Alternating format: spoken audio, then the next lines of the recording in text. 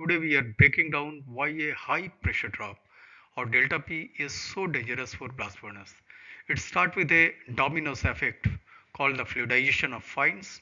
When you run at a high delta P, the upward drag force of the gas finally becomes stronger than the weight of your smallest particle or particles because this resistance which emerge is inversely proportional to the particle size.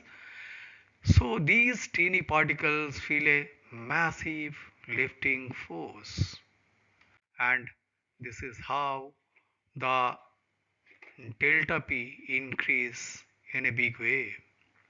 Once that force takes over, those fines don't just sit still, they start to teeter and lift off. This leads to what we call as ore shift. Think about the density. Ore is heavy at about 5.0 gram per centimeter cube, while coke is much lighter at 1.0 gram per centimeter cube. The gas is now strong enough to lift those light coke fines, but the heavy ore stays put or sink, turning your nicely layered burden into chaotic segregated mess. Now this segregation is a permeability killer. When the fine coke particles are blown away, the ore lump lose their support and settle into a much tighter packs. Meanwhile, those blown away fines travel until they hit the next available gap and plug it up. This causes a collapse of voidage, drastically reducing the empty spaces the gas needs to travel through. The math here is startling. If your voidage drop from zero point 0.4 to zero point 0.3, the flow resistance doesn't just increase a little, it spikes by 2.8 times. This is the choking effect. The furnace feels like you have doubled the wind even if the volume hasn't changed.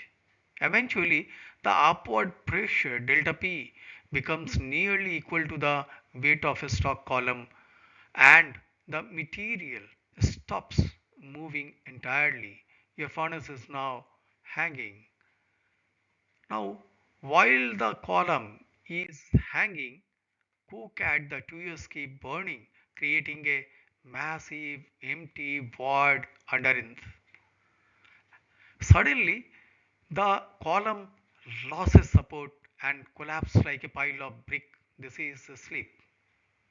This triggers two disasters: tuyer burning, where cold material rushes down, and brake equipment and channeling, where pent up gas blows straight to the top without reaching with the ore, destroying your efficiency. So, as an operator, your instrument tells the story. High delta P means you have a traffic jam because your voidage is too low. Rising delta P with a constant wind tells you permeability is dying as fines accumulate. Most importantly, oscillating delta P is your final warning. The upward gas force is almost equal to stock weight and a hang is imminent. So, finally, a sudden delta P drop isn't a good news. It confirms that a slip has just occurred. The hanging column has collapsed and the gas is now channeling through the loose material. At this point, you must prepare for a cold hearth or check for the potential to your damage.